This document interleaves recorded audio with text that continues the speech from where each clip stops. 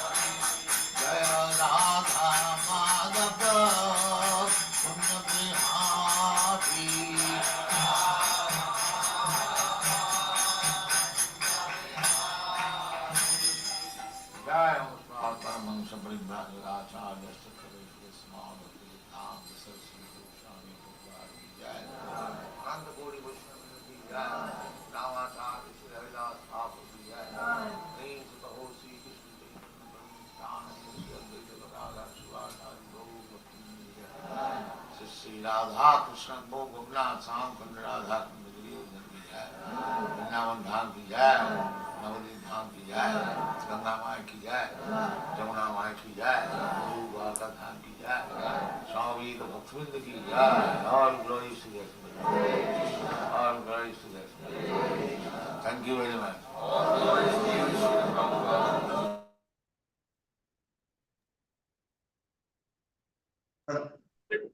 Dear devotees, welcome to today's SRIMAD BHAGAVATAM class. That we made. Dear Madam Malati, please accept my respectful obeisances of Bishop Prabhupada. Thank you very much for honoring the. I wanted to say that can you hear me? Yes, ma'am. Okay, well, today is Advaitacharya's appearance day, so I had asked Srivas Prabhu if he would mind if I spoke about Srivasacharya, which he said that was okay. So I can read, we can read, because we want to keep the Bhagavatam going, we can just read the verse and then move on, because I have a meeting exactly at when this class ends, I have to jump into another thing. So I wanted to start as soon as possible. That's okay. So, dear devotees, we're welcome to the SRIMAD BHAGAVATAM class, and today is a special auspicious day, so we'll be hearing from the pastimes of the Lord from Mother, and I guess I'll put the verse on the screen. We'll read the verse and the text as you suggested. Yes. And then we'll continue with this. So, over to you, Mother. But I don't see this verse.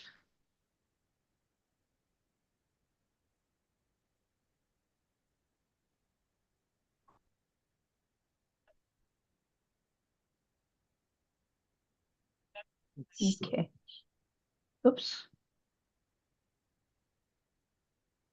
Atra pramanam hi bhavan paramasti yatat mabu apartanutistanti purvasam purvajahi kratam. Can you move the translation up? O great sage, you are as good as Brahma, the original living being. Others follow custom only, as followed by the previous philosophical speculators. Purport. It may be argued that Sukadeva Goswami is not the only authority of perfect knowledge and transcendence, because there are many other sages and their followers. Sounds like people talking about Prabhupada. They say things like that. Contemporary to Vyasadeva, or even prior to him, there were many other great sages such as Gautama, Kanada, Jaimini, Kapila, and Astavarkra. And all of them have presented a philosophical path by themselves. Patanjali is also one of them, and all these 6 great rishis have their own way of thinking exactly like the modern philosophers and mental speculators. The difference between the 6 philosophical paths put forward by the renowned sages above mentioned and that of Sukadeva Goswami, as presented in the SRIMAD BHAGAVATAM, is that all the 6 sages mentioned above speak the facts according to their own thinking. But Sukadeva Goswami presents the knowledge that comes down directly from Brahmaji, who is known as Atmabu, are born of and educated by the personality, almighty personality of Godhead. Vedic transcendental knowledge, you got to move it, depends directly from the personality of Godhead. Can you move it?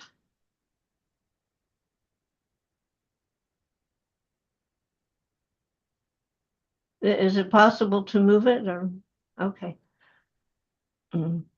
By his mercy, Brahma, the first living being in the universe, was enlightened.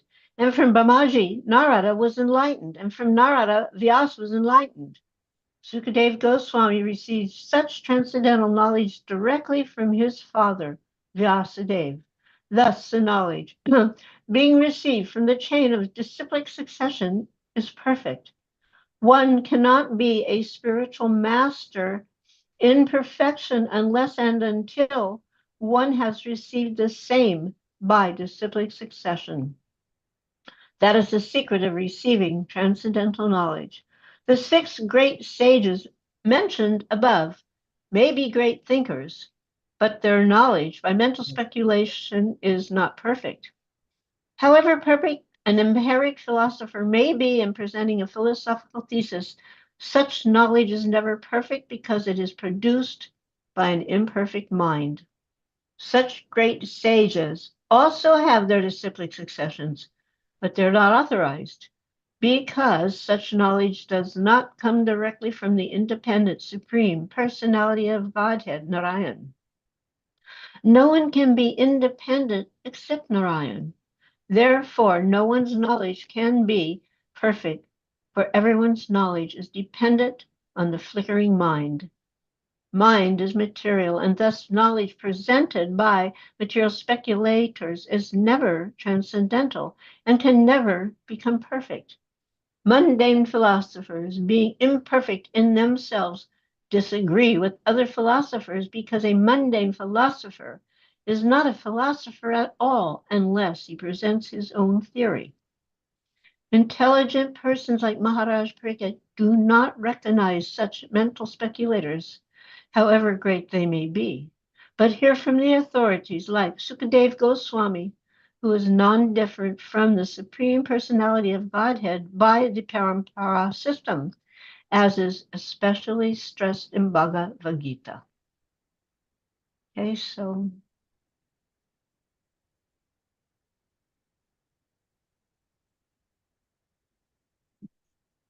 I will start on Om Magyantamarandasya Janana Sakalaya Chakru Militam Yena Tasmai Sri Gurave Namaha Namo Vishnu Padaya Krishna Prasaya Bhutale Srimate Bhakti Vedanta Swaminiti Namane Namaste Saraswati Devi Gauravani Pracharine Nirvishesha Shunyavadi Bhaskara Satarne Sri Krishna Chaitanya Prabhu Nityananda Sri Advaita Gadadhar Shivasadi Gaur Bhakta Vrinda Hare Krishna Krishna Krishna Hare Hare Hare Rama, Rama Rama, Hare Hare. So on this auspicious occasion of Advaitacharya's appearance, I mean, at least where we are in America, it's his appearance day, so I'm not sure about everybody else. If it's not today, it'll be tomorrow. So pardon? So we'll speak, I'll try to speak a few words about him. And part of it, mostly from CC, but Chaitanya Bhagavat also. So it's described in the Bhagavat Purana how the Lord creates this material world. Krishna personally has nothing to do with material existence. He's Rasa Vihari, simply enjoying loving relationships with the Brijbasis. Narayan of Vaikuntha also has nothing to do with this material existence. He is simply enjoying with the goddess of fortune, the Lakshmis. It's described that Krishna first expands as Balaram and facilitates all the loving relationships in the spiritual abode. And then Balaram expands himself as quadruple expansions of Vasudeva, Aniruddha, Pradyumna, and Shankarshan. Shankarshan and Vasudeva expand themselves as Narayan, Vishnu, and Anantasesh, and then Shankarshan expands himself as Mahavishnu. Mahavishnu is the original direct source of material existence. So then Karanadayakshay Vishnu, also known as Mahavishnu, it's the same Karanadakshayi and Mahavishnu, lies in the causal ocean, and that ocean is created by his own perspiration. While lying in the causal ocean, he is so big that when he exhales, uncountable, innumerable universes emanate from his nostrils and the pores of his body, like little bubbles, and those universes all float in the causal ocean. Mahavishnu is the original of everything in material creation. He is the creator. Mahavishnu personally expands himself to enter into each of those little tiny universes. So from Mahavishnu, from him is an expansion of an expansion of an expansion of Krishna. And this universe is tinier than a little mustard seed. Even with all our big, gigantic telescopes and space shuttles, we cannot fathom the size of this universe. So Mahavishnu enters into each of the little universes as the Garbhodakshayi Vishnu. But after creating each universe and entering into them as Garbhodakshayi Vishnu, Mahavishnu glances at each universe and impregnates each universe with the Jivatmas that are to take birth according to their karmic condition. So in the introduction to the Chaitamrita, I'm going to read this. It's just short and it's Srila Prabhupada. In the first 11 verses of the Chaitanya Chaitamrita, Krishnadas Kaviraj Goswami discusses Lord Chaitanya Mahaprabhu as Sri Krishna himself, the Supreme Personality of Godhead, and Lord Nityananda as Balaram, the first expansion of Krishna. Then, in the 12th and 13 verses, he describes Advaita Acharya, who is another principal associate of Lord Chaitanya Mahaprabhu and an incarnation of Mahavishnu. Thus, Advaita Acharya is also the Lord, or more precisely, an expansion of the Lord. The word Advaita means non-dual, and his name is such because he is non-different from the Supreme Lord. He is also called Acharya, teacher, because he disseminated Krishna consciousness. In this way, he is just like Chaitanya Mahaprabhu. Although Lord Chaitanya is Sri Krishna himself, he appeared as a devotee to teach people in general how to love Krishna. And similarly, although Advaita Acharya is the Lord appearing just to distribute knowledge of Krishna consciousness, thus he is also the Lord incarnated as a devotee. So human life is meant for sacrifice. Krishna says at the beginning of creation that I've given Vedic knowledge through Brahma. After the Vedas are revealed, Brahma begins the process of creating all the planets and all the various species of life. And of all the species of life, by all of them, Krishna is to be known. That is the purpose of creation, that Krishna will be known. And there are the 4 yugas, and according to a particular person's karmic condition. So Satya Yuga is for spiritual life. If people are very pious, practically everybody goes back to Godhead because they have no inclination towards material life. They're only inclined towards spiritual life. That's Satya Yuga. And then Treta Yuga, people become slightly more degraded. And in Dwapara Yuga, half the population is God conscious and the other half is degraded. And for those living entities like ourselves who have the worst possible karma, we take birth in Kali Yuga. There's a famous verse in the Bhagavatam 12:351. Kaler dosha nidhi raja nastihi ako mahanguna Chaitanya Deva Krishna Syamukta Sangha Param Varajat. Kali Yuga is an ocean of faults. It's the age of quarrel, the age of hypocrisy, the iron age of irreligion, the age where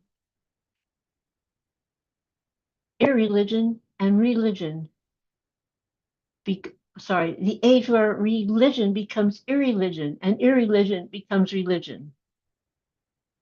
But it is explained in the Bhagavatam that Kali Yuga is also the most blessed and the most worshipable because of this age of Kali, the Supreme Lord incarnates in his most munificent, merciful form as Lord Chaitanya Mahaprabhu to give everyone love of God through chanting the holy names.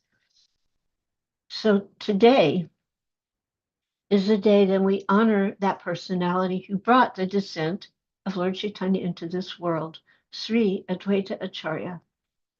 He is the Supreme Personality of Godhead. He is Mahavishnu, the personality who created this entire cosmic manifestation, knowing that the purpose of the cosmic manifestation is to send everyone back to Godhead. And Mahavishnu incarnated within this material world slightly over 500 years ago, prior to the advent of Chaitanya Mahaprabhu. He was born in a little village in Bengal called Navagram. It's near Srihata. But later, the family moved to Shantipur on the banks of the Ganga. His mother's name was Navadevi. Just 1 second, this person. Just 1 second. I can't speak right now. I'll call you later. Otherwise, he's going to just keep calling. So his mother was Navadevi and his father was Kuvera Pandit. And Kuvera Pandit happened to be a Nrsingadev Bhakta. He worshipped Nrsingadev. So while a small child, he was given two names, Kamalaksha and Advaita. And his birth took place in 1434 AD, and he disappeared at the year 1559, making him 125 years old when he departed. It's said that immediately after his birth, the first words that came out of his mouth were Sri Krishna Chaitanya. But nobody could understand this because Mahaprabhu had not yet advented. Playing as an ordinary human being, when he was very young, he received a sacred thread. Both of his parents left this world while he was a relatively young man. So after performing the Shraddha ceremony in Gaya, he decided to go on Tirtha Yatra to visit the holy places throughout India. And it was during this journey that he met his spiritual master, Sri Madhavendra Puri. The supreme absolute truth was playing the role of his own devotee so as to reciprocate with the love of his devotee, Madhavendra Puri. He became his disciple. And he also became a loving, close, confidential friend with Haridas Thakur. Advaita Acharya wanted to establish who is really a great personality.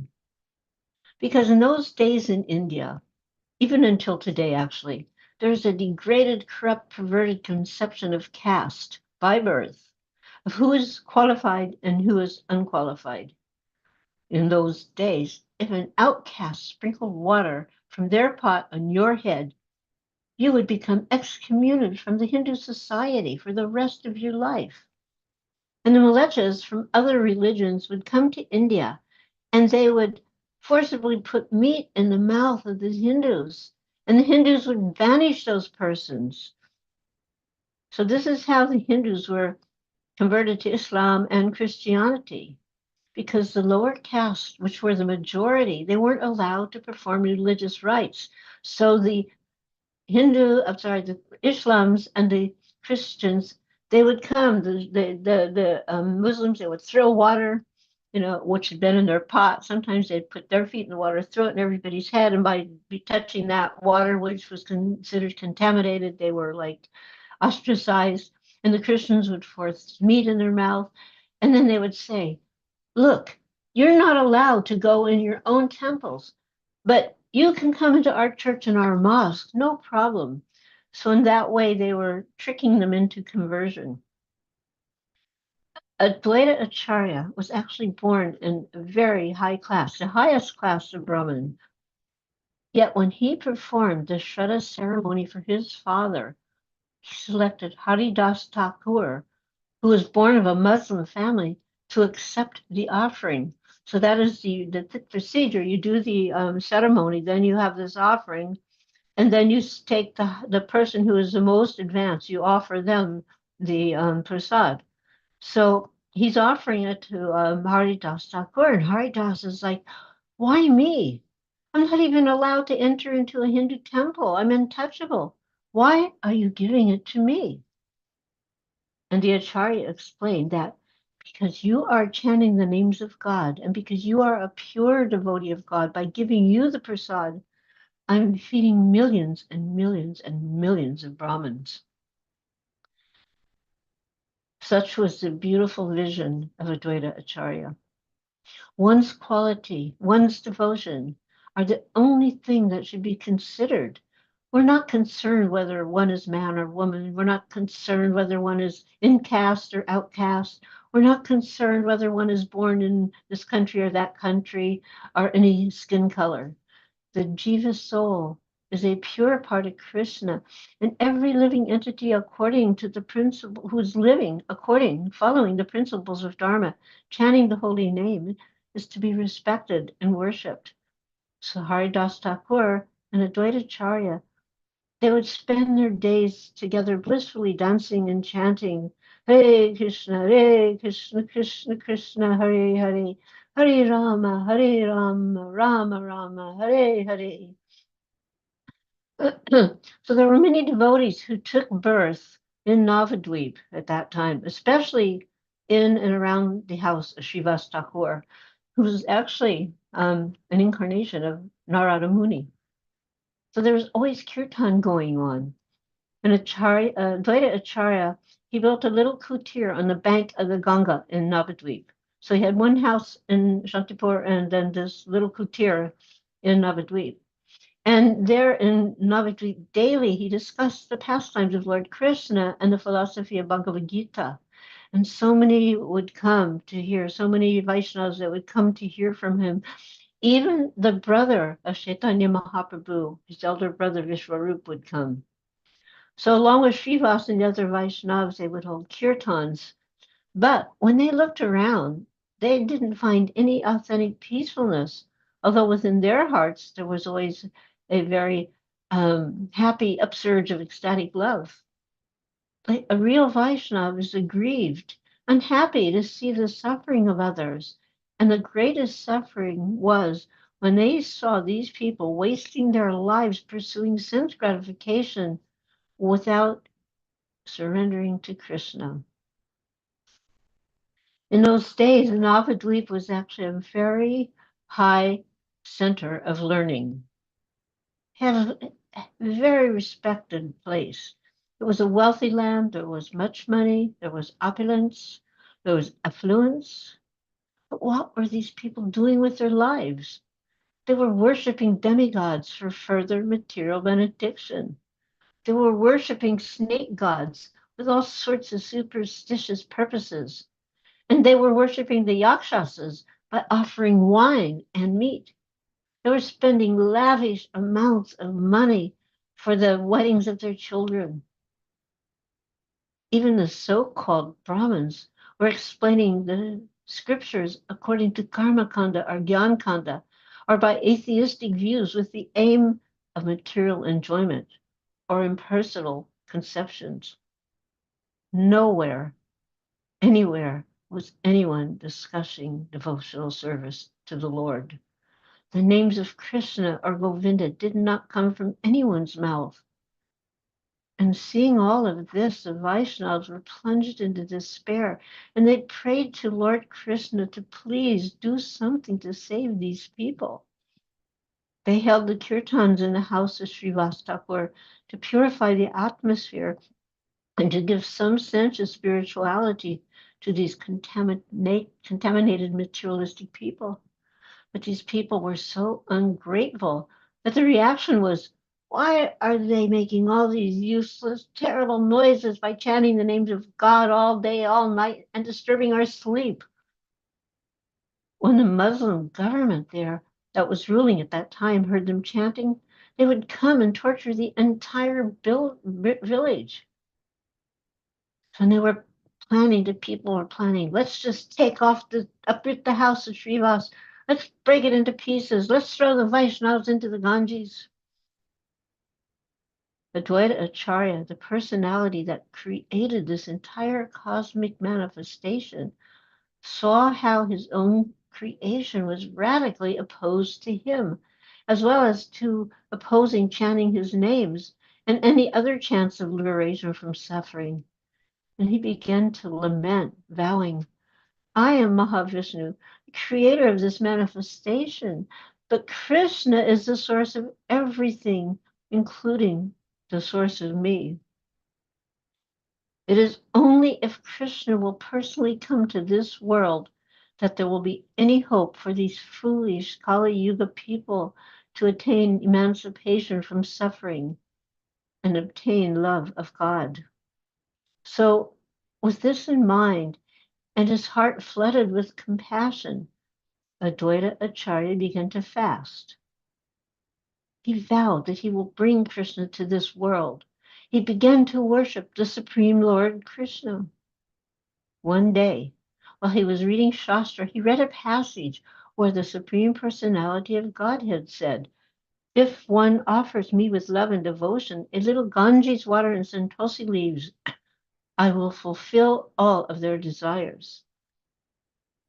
So offering palmful of Ganges water and tulsi leaves, Advaita Acharya was crying out with tears flowing profusely from his eyes, Krishna, Krishna, Krishna, please come to this world. Please deliver these fallen souls. You are our only hope. So he was appealing to the Lord with intense devotional fervor, noting how the Supreme Lord takes the role of his own devotee. And his voice penetrated all of the heavenly planets, penetrated the coverings of this material world, and entered into the supreme abode of the Lord. So it was due to the basis of Sri Advaita Acharya's heartfelt prayers that the Supreme Personality of Godhead Krishna decided to appear within this world. Gita, it is said, Paritranaya Sudana Vinataya Dukatam Dharmashastra Panartaya Sambhavami Yuge Yuge. He came to annihilate the demoniac mentality, to protect the devotees and reestablish the principles of religion. And all of this was served by the simple process of chanting the holy names of the Lord. Srinam Sankirtan destroys all the demons within our hearts. It protects the pure, natural, original love within the devotees' hearts and reestablishes prema, the perfect religion. There's no other way. There is no other way. This is the yajna of Kali, Sri Harinam Sankirtan Yajna. So it was by the pleas of Advaita Acharya that Lord Chaitanya appeared, that Lord Krishna appeared as Sri Chaitanya Mahaprabhu on the full moon night of the month of Falgun during the lunar eclipse. Advaita Acharya was in Shantipur, and he noticed so many auspicious signs within the atmosphere. He felt a great surge of ecstasy within his heart. And he and Haridas Thakur began to dance jubilantly, just knowing the Lord must have appeared. He sent his wife, Sita Thakurani, with wonderful gifts to worship and bless the Lord. And Advaita also came. And when they saw this beautiful infant, they could understand that the son of Nanda Maharaj had now appeared with a golden complexion to spread the glories of love of God in all directions. One day, Advaita Acharya was in his house on the bank of the Ganges. He was worshipping Shalagram Shila. He was crying out the holy names of the Lord. And Lord Chaitanya and Gadadhar Pandit came to visit. And when Lord Chaitanya heard Advaita chanting with such love and intense devotion, he fell unconscious in ecstasy. And while he was in that unconscious state, Advaita understood that Lord Chaitanya is the Supreme Lord Krishna himself, and he began to worship him by chanting, Namo Brahmanaya Devaya Gauramanya Hitaya Cha Jagat Hitaya Krishnaya Govindaya Namo Namaha. Lord Chaitanya awoke, and seeing Advaita, a much senior elderly man, a godbrother of his own guru, Lord Chaitanya touched Advaita's feet, and he began to offer all respects to him. But Advaita protested, Stop! Stop! It's too late. I've already worshipped you. I know who you are. On another occasion, Advaita Acharya decided to reveal the Lord to the world. He thought, I'm going to leave this place and I'm going to go to Shantipur, meaning you will leave Navadvip, and I'll go to Shantipur. And if I have actually any real devotion for the Lord, he will drag me back to Navadvip to be in his association again. So he began walking to Shantipur. That's a bit of a walk. One day, Lord Chaitanya approached the brother of Srivas Pandit, Ramai Pandit, and he told him, go to Shantipur and give a message to Advaita Acharya. Tell him that you have prayed and fasted to bring me down, and I have come to fulfill your prayers. Now I want you to come with your wife to worship me here." So Ramai went to Shantipur to give this message to Adwaita. And when Adwaita and his family heard this message, they all began to weep tears of divine love. Adwaita's small son, Achyutananda, was also weeping in ecstatic love. And Sita Thakurani, his wife, was also weeping in divine love. And they all began to arrange wonderful gifts to worship the Lord according to Shastra. Adwaita told Ramai, "I will go to Navadvip, but I will not go to the place of Chaitanya Mahaprabhu. Instead, I'll hide in Nandanacharya's house. And if he really is the Supreme Personality of Godhead, he will call for me there. But don't tell him where I'm at." So he went to Nandanacharya's house with his wife. Both of them were hiding. Meanwhile, Ramai Pandit arrived in Navadvip when Mahaprabhu was in the home of Srivas Pandit. As soon as Ramai entered, Lord Chaitanya, who was sitting on the throne of Vishnu, began to call out, "Nada, Nada." It's another name for Advaita. "Nada, I know that you have come. You are hiding in the house of Nandanacharya to test me, to see if I am the supreme super soul of all. Tell him it is I, and bring him here immediately." When Advaita Acharya got this news, he immediately ran to the house of Srivas Thakur along with his wife, and they offered obeisances. And before their eyes, they saw the beautiful golden form of Chaitanya Mahaprabhu, resplendent like millions and billions and trillions of suns, casting the most merciful glances upon everyone. And then, suddenly, Advaita saw that Sri Chaitanya Mahaprabhu appeared in his original form. And Lord Brahma, Lord Shiva, and all the principal demigods were offering prayers to him with folded hands. He saw hundreds and thousands of demigods offering prayers to the Lord. He saw goddess Ganga worshiping the Lord. He saw the Nagas, big, beautiful snakes with hundreds and thousands of hoods, and all of their mouths were worshiping the Lord. He saw elephants and chariots of the demigods and other great beings, and they were also worshiping the Lord. In another direction, he saw all the great saints and sages and their wives, and they were all chanting the glories of the Lord. In every direction, the entire atmosphere was filled with celestial beings just glorifying Chaitanya Mahaprabhu. So Advaita Acharya, he became so overwhelmed with happiness that he began to glorify the Lord. Bowing down, he began to worship the Lord by washing his lotus feet with scented water and fine oils. And then he took tulsi leaves and flowers and he dipped them in sandalwood pulp. After Advaita offered arti, the Lord lifted his feet and he placed them on Advaita Acharya's head. And when the devotees saw this, they all began to cry in great joy, "Hari, Hari, Hari, Hari." And then Chaitanya Mahaprabhu told Advaita Acharya, "Chant my names and dance." And Advaita Acharya began to dance. And the devotees were struck with the ecstatic feeling to see the beauty of the Lord Advaita's dancing. I mean, consider he was a very elderly person. And he was dancing as if like anything.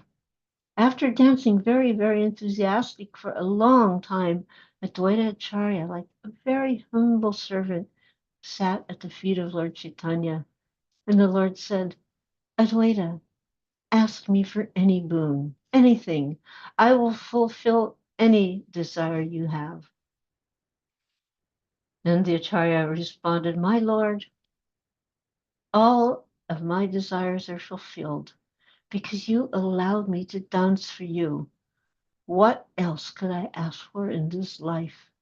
You have appeared in this most beautiful form. So my single desire is to let your holy name resound everywhere for the deliverance of everyone. Hare Krishna, Krishna Krishna, Hare Hare, Hare Rama, Rama Rama, Hare Hare. On yet another occasion, Adwaita was in the courtyard of Srivas Thakur while the kirtan was going on, and he began dancing in the mood of the gopis, in the ecstasy of separation from Krishna. He was dancing with such enthusiasm and devotion that the devotees couldn't contain him, and he went on dancing for hours and hours and hours until all the other devotees were extremely exhausted. And finally, with great endeavor, the devotees somehow got him to sit quietly. And then Srivas Thakur and the others decided to bathe in the Ganges. And as soon as they left, Adwaita Acharya began to dance again, rolling on the ground. Later, Mahaprabhu came to the house of Srivas Thakur, and he saw Adwaita sitting silently. Mahaprabhu took him by his hand and brought him into the temple. Adwaita Acharya, I want to make you happy. I want to fulfill whatever desire you have. Ask anything of me. Adwaita replied, I want to see what you showed Arjuna on the battlefield of Kurukshetra. And suddenly, before Adwaita Acharya's eyes, he saw Kurukshetra Dham. He saw the Kuru army and the Pandavas' army with millions of soldiers and chariots, horses and elephants. And between the two armies, he saw a beautiful golden chariot with Arjuna standing with folded hands and Krishna seated with four arms, holding the conch, lotus, chakra, and club. From this beautiful four-armed form of Sri Krishna, standing with his beautiful blackish complexion and lotus eyes, emanated the Vishwarup, the universal form. He saw all the planets, the stars, the suns, oceans, mountains, all of the devatas, all living beings emanating from this beautiful form. This awesome form that had millions of heads and millions of eyes and millions of mouths. And from those mouths, fire was coming out of each one of them. And all sinful, materialistic, and atheistic beings were being devoured by those mouths, representing the mighty time which devours all people on the bodily, materialistic conception of life. With folded palms and great reverence, Adwaita bowed down and offered prayers. Within his heart, Nityananda Prabhu understood what was happening. So he too came into the temple of Srivas and closed the door. He also saw this extraordinary universal form of the Lord. And then both of them, with great reverence, offered prayers in ecstasy and worshiped the Lord. So after that special darshan, Lord Chaitanya left, and Adwaita Acharya and Nityananda Prabhu continued to dance in ecstasy together. Sri Adwaita Acharya made this wonderful request to the Lord just so it could be recorded who Chaitanya Mahaprabhu really is, what his power is, what his greatness is, what his mercy is. He wanted to reveal that we have to take shelter of the mercy of Lord Chaitanya Mahaprabhu. Because ultimately everything Adwaita Acharya did was simply to reveal to the world the glories of the holy name of Krishna and induce fallen souls of this world to chant those holy names. There's another pastime, so I have a little time here.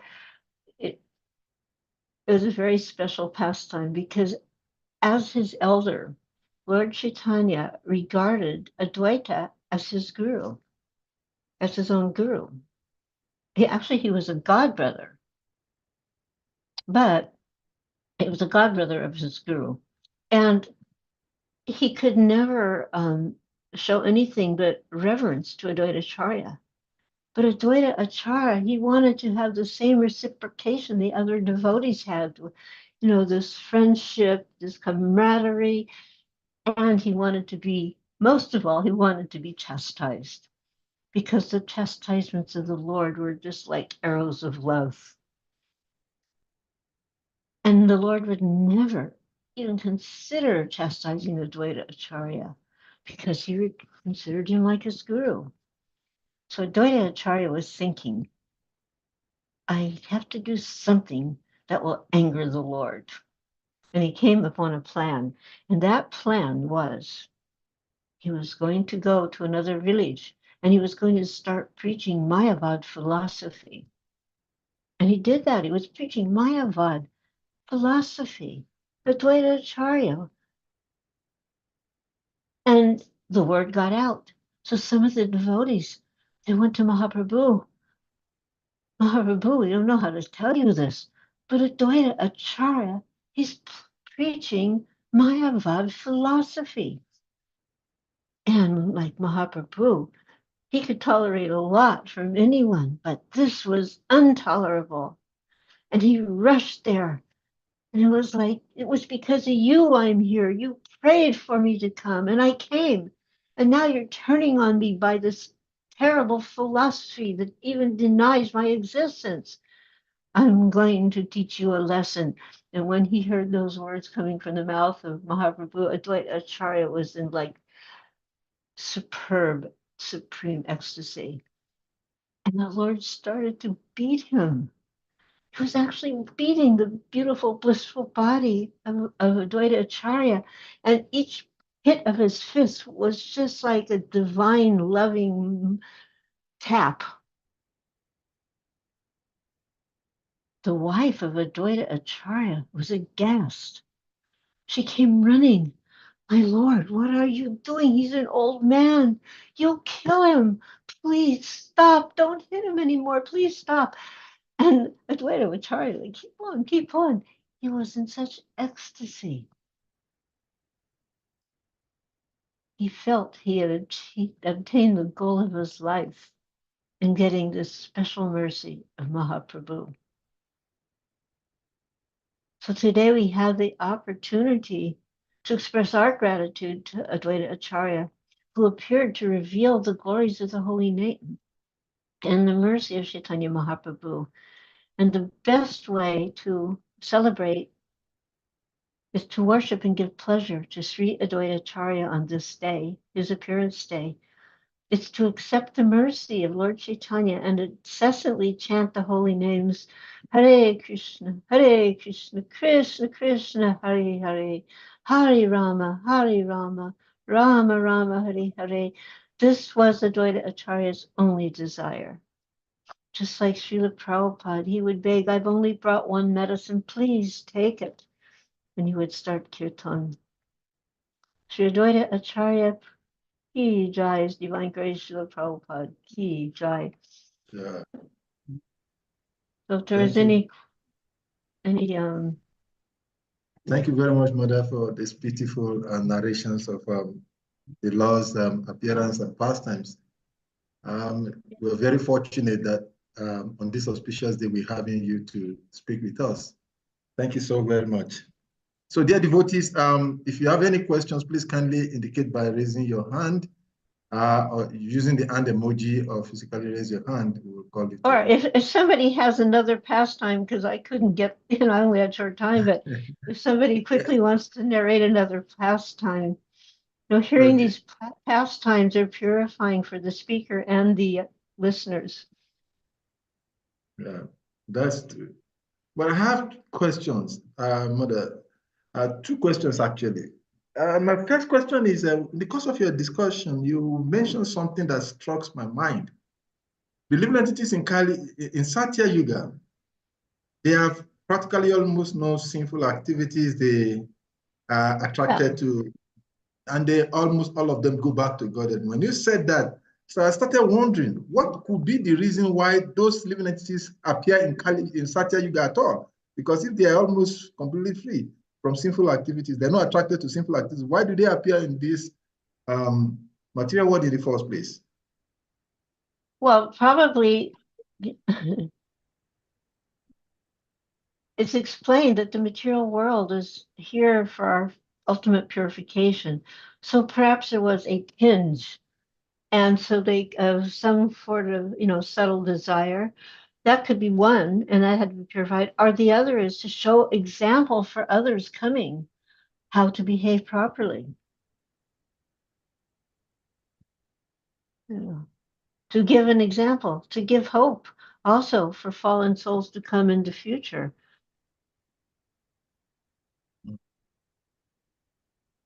Very good. Thank you very much for that. Maybe I should just ask for a second question since there's no other hands up yet.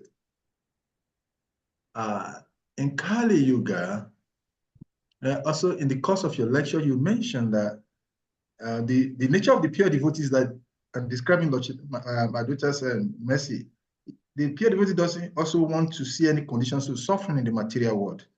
Right. And the highest kind of suffering is when the living entities absorb the material activity. So the pure devotees are very pained by this. So they want to liberate everyone. But we see, even though Kali Yuga is still very, very young, we can see that the level of suffering in this material world now has made it very difficult even for anyone to rise above Maya.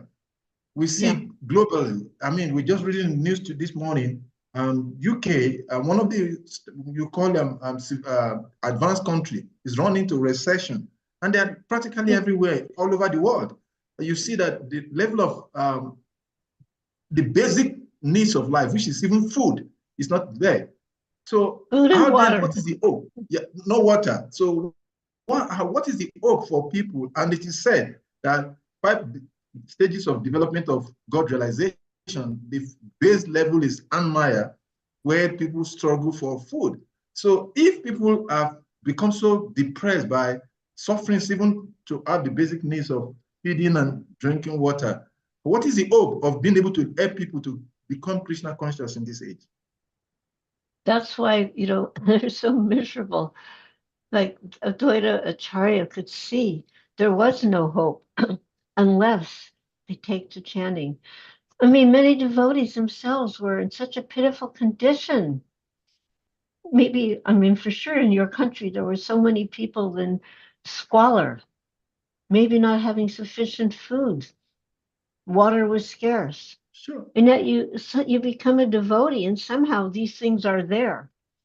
Not only are these things present for us, but we have enough to give other people. Come and eat. You're hungry? Come and sit down with us. We'll feed you. So Krishna does provide what you need for his devotees. And if the devotees accepted in his service and have that compassion to share Krishna consciousness with others, other people will also get their needs met. But people don't want to give up sinful life. Yeah. It's an addiction. I mean, there's gross sins, there's subtle sins. For devotees, many of us, we have like the subtle sins, like what's the latest news? Like, or maybe some taste, not meat, fish, or eggs, but, some stupid taste, ice cream, I don't know what. There's more subtle things. Some people like to watch a football game or whatever you watch, nothing gross, but nonetheless a distraction away from Krishna. And this distraction that takes you away from Krishna is deadly. If I'm turning my back on you, how can I expect you to help me? If we come in front of the deities with our hands out here, just like people come to the, they have, give me.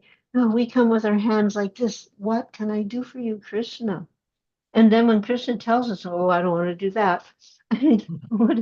Okay, then have it your way. It's not that he's making anybody miserable. We're making ourselves miserable by ignoring Krishna. Just like Prabhupada wrote in that poem, ignoring Krishna, we fallen souls, paying most heavily illusions tolls,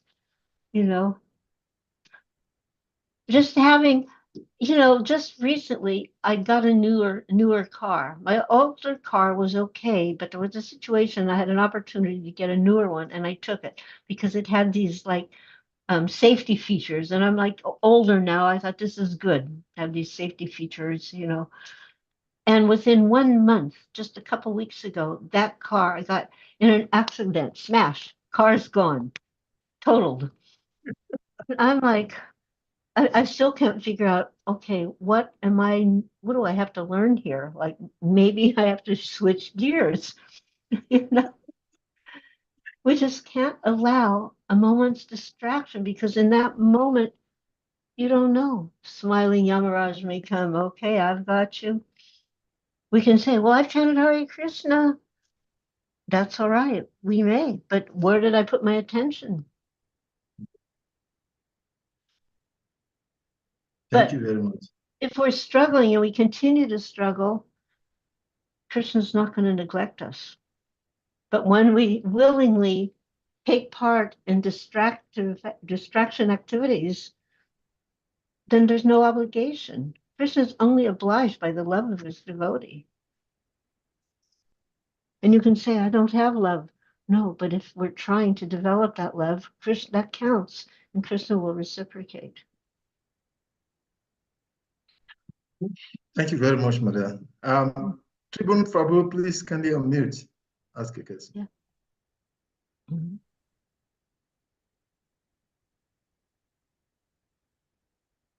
Now I have to go to a meeting. That to me is a punishment. Okay, Tribune Prabhu. Well, maybe we'll take one or two more questions. I have 2 minutes. So Tribhuvan Prabhu will be the last question. So maybe if you Okay. can just answer that question. Hare Krishna, Prabhu, go ahead. Haribol Prabhu. please accept my respectful obeisances. My obeisance unto you too, Hare Krishna Prabhu. Jai Srila Prabhupada. Well, I don't think I'm asking a question, but I was just trying to see through the lens of Advaita's compassion and Srila Prabhupada's mercy towards the fallen souls. I want to see maybe you can throw a little light on that after my comment. You see, Advaita saws that the age is becoming more degraded, that the people, there's no help, there's really no help. There's really no person that could help them. Even himself, he couldn't do anything to revive the consciousness of the people, rather than to go to the Ganges and use Tulasi and Ganges water to invoke Mahaprabhu to come. So if we look at the light of Bhaktisiddhanta and Srila Prabhupada, Bhaktisiddhanta also saw that there was a really burning attention that really need a personality to come up and revive the consciousness of, in particular, the Krishna consciousness of the people of this age. And Srila Prabhupada actually did. So if we compare these two personalities in times of service, one will like to know, are we really, still following the mood of this personality today? It looks simple what Advaita did, and we can also deeply look a little. Say, only Srila Prabhupada can do that. I cannot do anything. So I was just asking. Yeah, it's already 5 minutes. You have already spent 5 minutes asking your question. But by the mercy of Srila Prabhupada, we can become successful. Thank I have you to very take much. your leave. Thank you very much, all of Mother. you. So Hare Krishna. we appreciate your being with us. So on this note, I request all of the devotees to please kindly unmute. Let us loudly chant a loud Hare Krishna Maha Mantra to appreciate Mother for giving us our association today. Hare Krishna, Hare Krishna, Krishna Krishna, Hare Hare. Hare Ram, Ram Ram, Hare Hare. Vancha Karpataru Vyascha, Kripa Sundubhyas Evascha, Patiranam Bhavibhyo Namo Namaha. A grace Mother Malati Devi Dasi ki Jai. Todos, Prabhupada ki Jai. Jai. Haribol. Haribol.